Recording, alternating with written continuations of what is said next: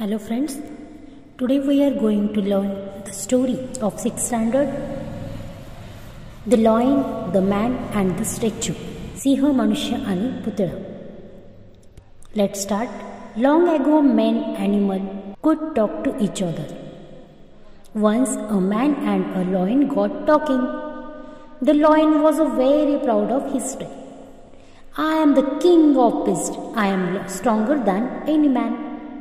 That is why men fear me. फार वर्षापूर्वी माणूस आणि प्राणी एकमेकांशी बोलू शकत होते. एकदा माणूस आणि एक सिंह बोलत होते. सिंहाला त्याच्या ताकदीचा खूप अभिमान होता. मी पशूंचा राजा आहे. मी कोणत्याही माणसापेक्षा बलवान आहे. म्हणूनच पुरुष मला घाबरतात. The man was also proud of his intelligence. Don't forget that men are more intelligent than you are. That is why they can hunt you or capture you. त्या माणसाला त्याच्या बुद्धिमत्तेचा अभिमान होता. पुरुष तुमच्यापेक्षा जास्त हुशार आहेत हे विसरू नका. म्हणूनच ते तुमची शिकार करू शकतात किंवा तुम्हाला पकडू शकतात. They both began to argue about who was greater.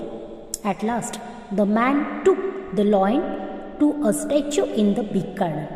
It showed the great hero Hercules standing proudly with a dead lion at his feet. दोघांमध्ये कोण मोठा यावर वाद होऊ लागला. शेवटी तो माणूस सिंहाला एका मोठ्या बागेतील पुतळ्याजवळ घेऊन गेला.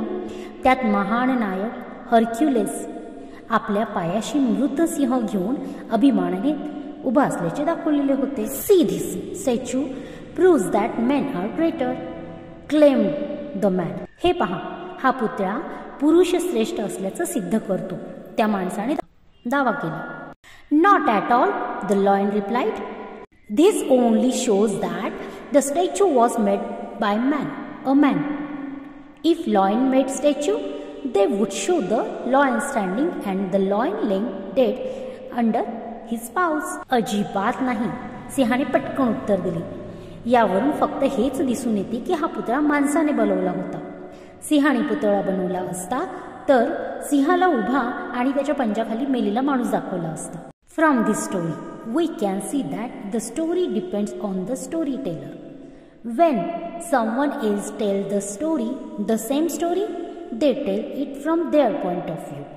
या कथेवरून आपणास हे लक्षात येते की कथा ही सांगणाऱ्याच्या दृष्टिकोनावर अवलंबून असते. कथाकार जसा विचार करतो तशी ती कथा